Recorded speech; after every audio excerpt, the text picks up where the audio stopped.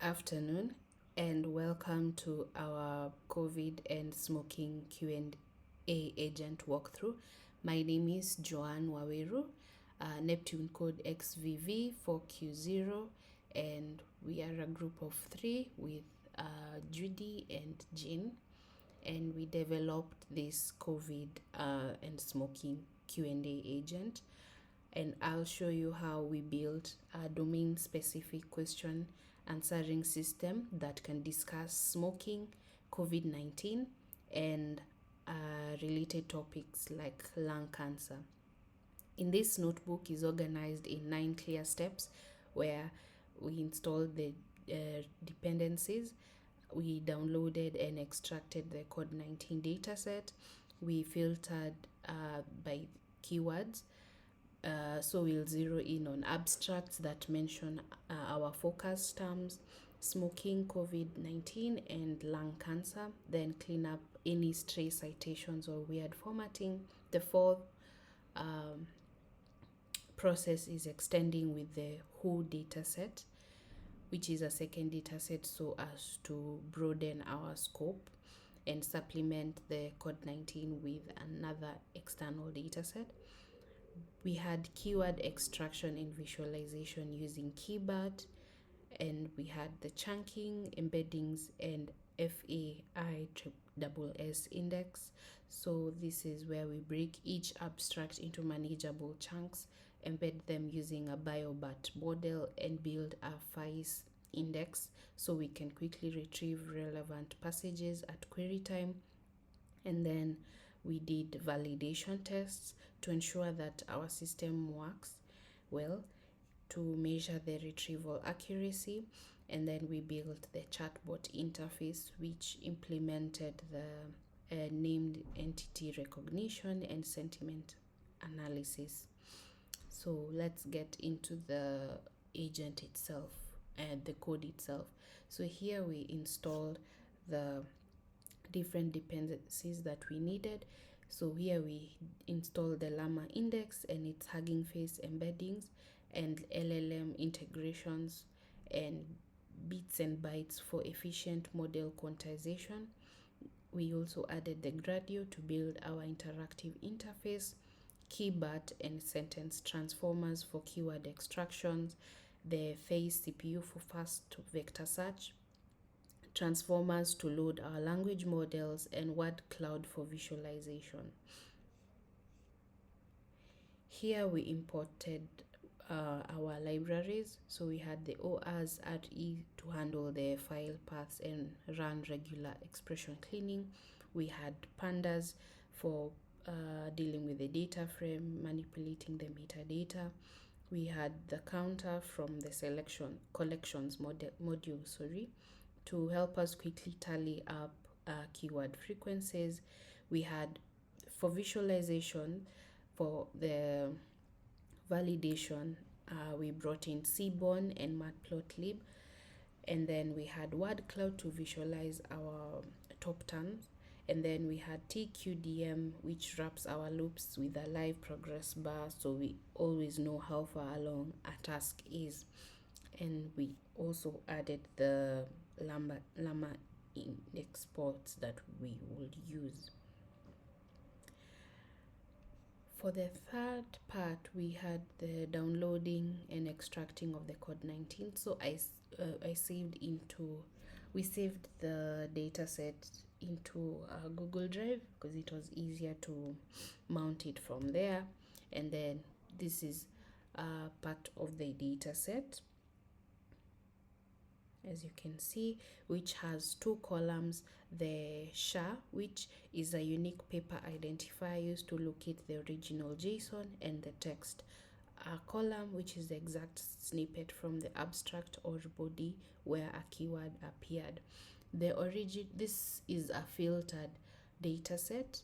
The original one had, I think, 9 or 10 columns, but we filtered the dataset from the JSON and we got the 2 columns. Yeah.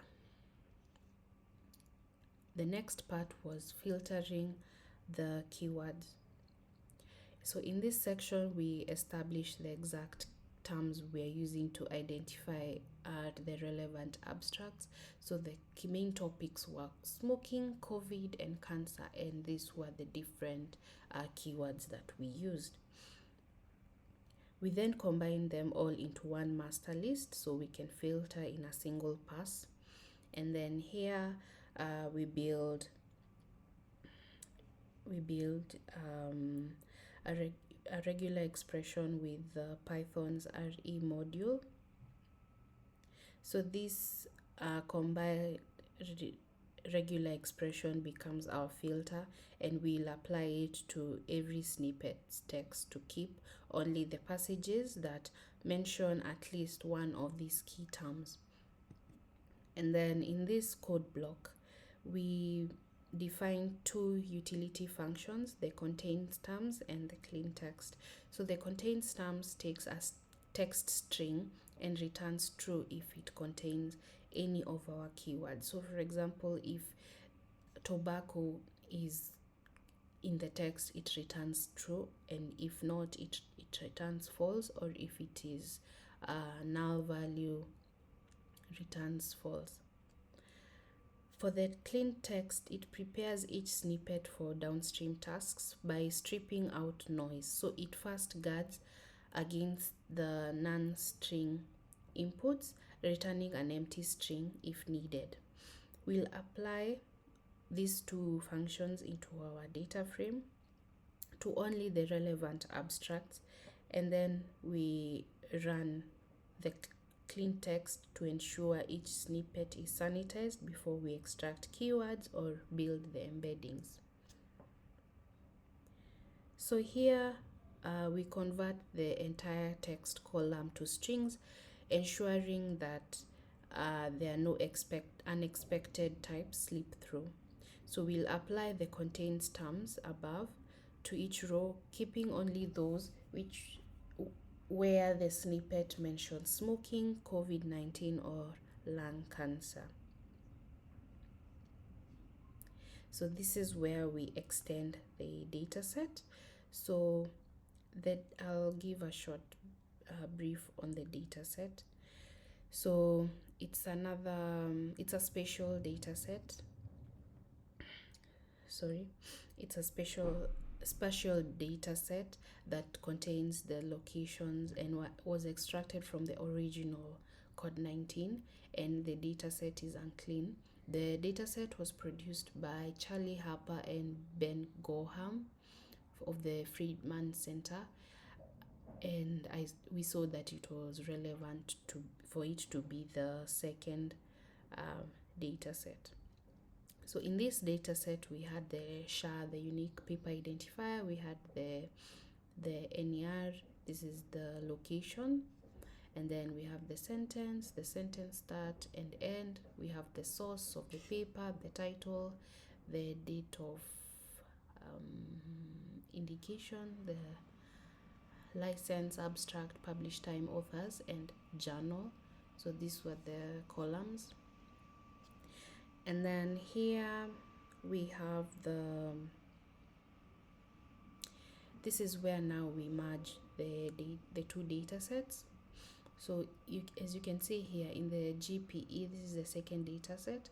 We have 95,351 rows, and in now the new data set we have 6,324 rows.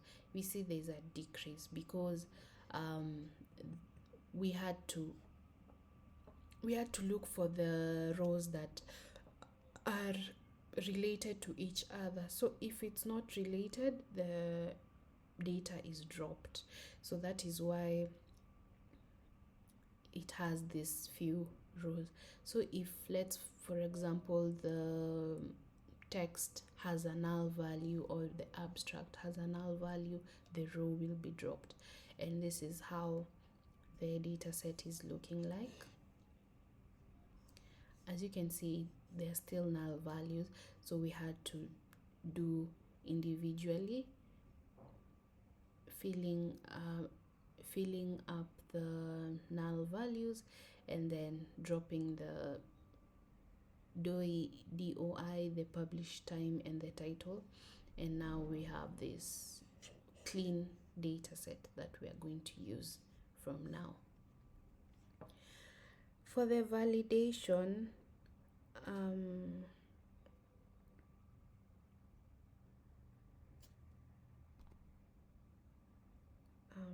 just a minute.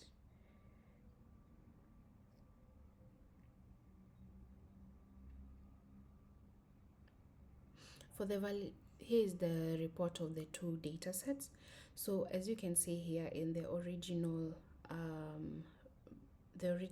data set, the filtered one, we had 1507. For the filtered, we had 1492. For the GPE rows, we have 95,351, and now for the extended ones, we have the 6,324. For the null abstracts, this shows that there are no missing abstracts that remain after we fill and full text fallback steps. And then for the average length, you can see it's 2,588 words. So this is the mean length of each filtered snippet. So this high average confirms that we have substantial text per entry, not just one line headlines. So here is where we visualized the keywords. So we used the word cloud and the keyword frequency plot. So as you can see here, in the frequency plot, the tallest bar is coronavirus, appearing in nearly 5,000 snippets, almost 5,000 snippets. So this was a no-brainer because it's a COVID-19 data set, so it's centered around the coronavirus family. It's followed closely by COVID and COVID-19. And among the smoking terms here, smoking is leading with about, let's say, around 500 mentions, while related words like smoke, tobacco, and nicotine appear less frequently. On the cancer side here, we have cancer and lung cancer. We have cancer, which is showing around 2,000 times, confirming it's a strong research interest in how COVID-19 and smoking intersect with the oncological outcomes.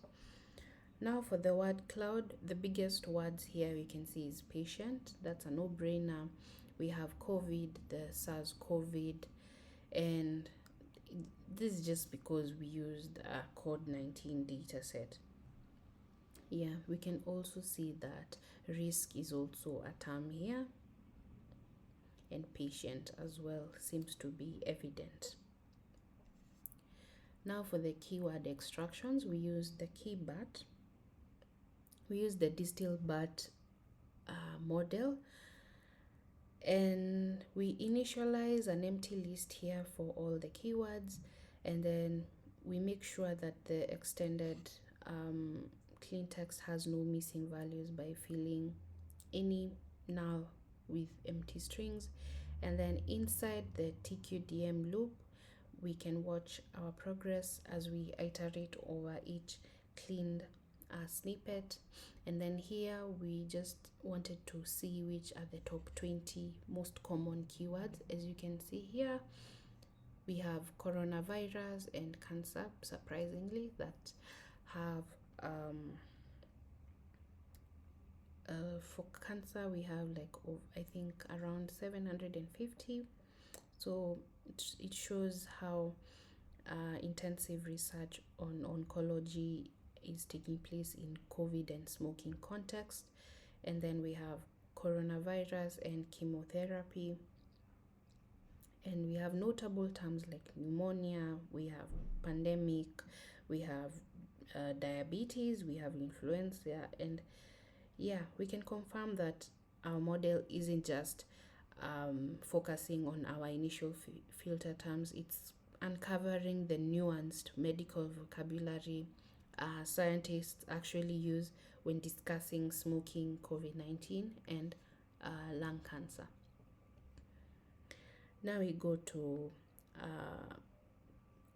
the chunking part. So here we embed, we load a specialized biobat model, which is fine-tuned on medical and allied tasks, and assign it to our global settings. So Llama Index uses it automatically, and then we chunk the text. So we split each cleaned abstract into 150 word segments, wrapping each one in a document object. This sliding window approach balances context size and vector dimensionality. So in our run, we see that we created 26,224 chunks, and then using the vector store index, we pass all the 26,224 document nodes, then generate embeddings for each chunk and insert them into a face index. So finally, we persist the entire index to the storage folder so that we can load it instantly later.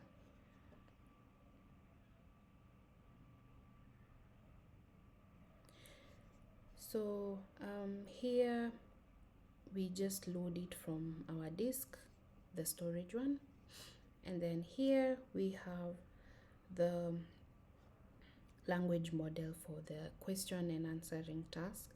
So at first we instantiate the LLM. So we use the 1 billion parameter Llama model and its tokenizer directly from Hugging Face.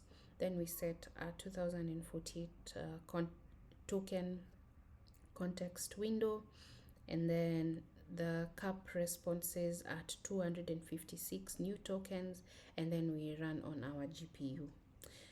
Yeah, and then this is the query engine, asking it to retrieve the top 10 most semantically relevant chunks for any question, then pass those chunks into our LLM for answer generation.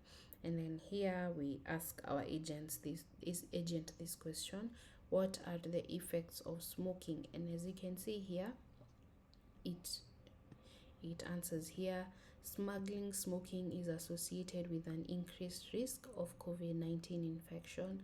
Smoking is known to cause lung damage through the activation of inflammatory cytokines and programmed cell, and it goes on and on answering the question according to how it has been asked.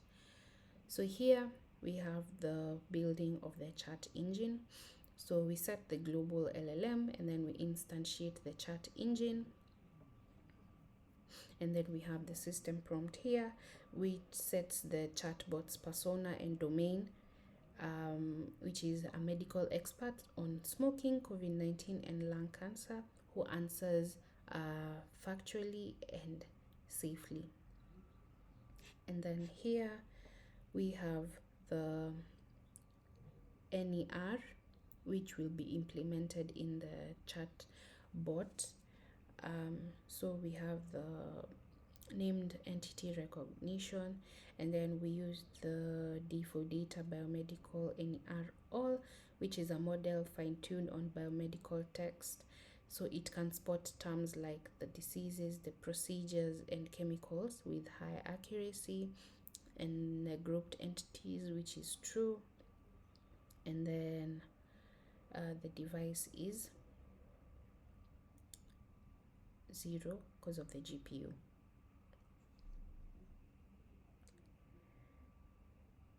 Now here we pass the user's question into a chat engine, and then which retrieves the relevant chunks and generates an answer via the Llama model. Immediately after, we call the NER answer, which is our space C based NER pipeline on the answer text.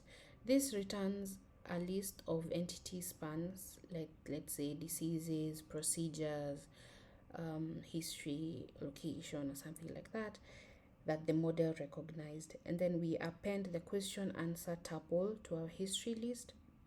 So the Gradio chat widget can display the full conversation. And now here we have the actual chatbot, which is actually the last part. So here we initialize the NER again, and then now we initialize the sentiment part to gauge the tone of each response, and we use the DistillBat uncased fine-tune set to English, and then here is the full chat function, and then this is the Gradio part. So here is the Gradio itself. So I was just trying to test it, and this is the last question that I asked. Which country has the highest number of lung cancer reports? So it answers according to the data. China has the highest number of reported lung cases. And then here for the named entities, we see that the agent highlights lung as a biological structure with near perfect confidence of 0.999. So this tells us that it correctly recognized the key entity in our question and answer. For the sentiment analysis, it's a positive with a confidence of 0.around 66 or 67. So in this context, positive simply indicates that it's a factual affirmative statement rather than bad news. I think because of the word high, because high is really associated with something positive. So I guess that's why it got labeled as positive. We can test with something else like what is the relationship between lung cancer, COVID, and smoking. Submit.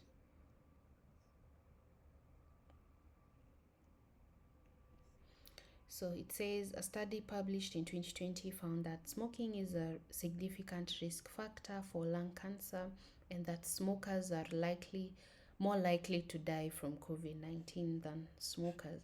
And as you can see here, we have the entity group history with a confidence score of 0.39. VID, I think this is the COVID. And then we have diagnostic procedure. I think this is the COVID-19. And then it's a negative. So with a confidence score of 0.93. So that is it for our chatbot, and thank you for listening, and have a beautiful, great day. Thank you. Bye.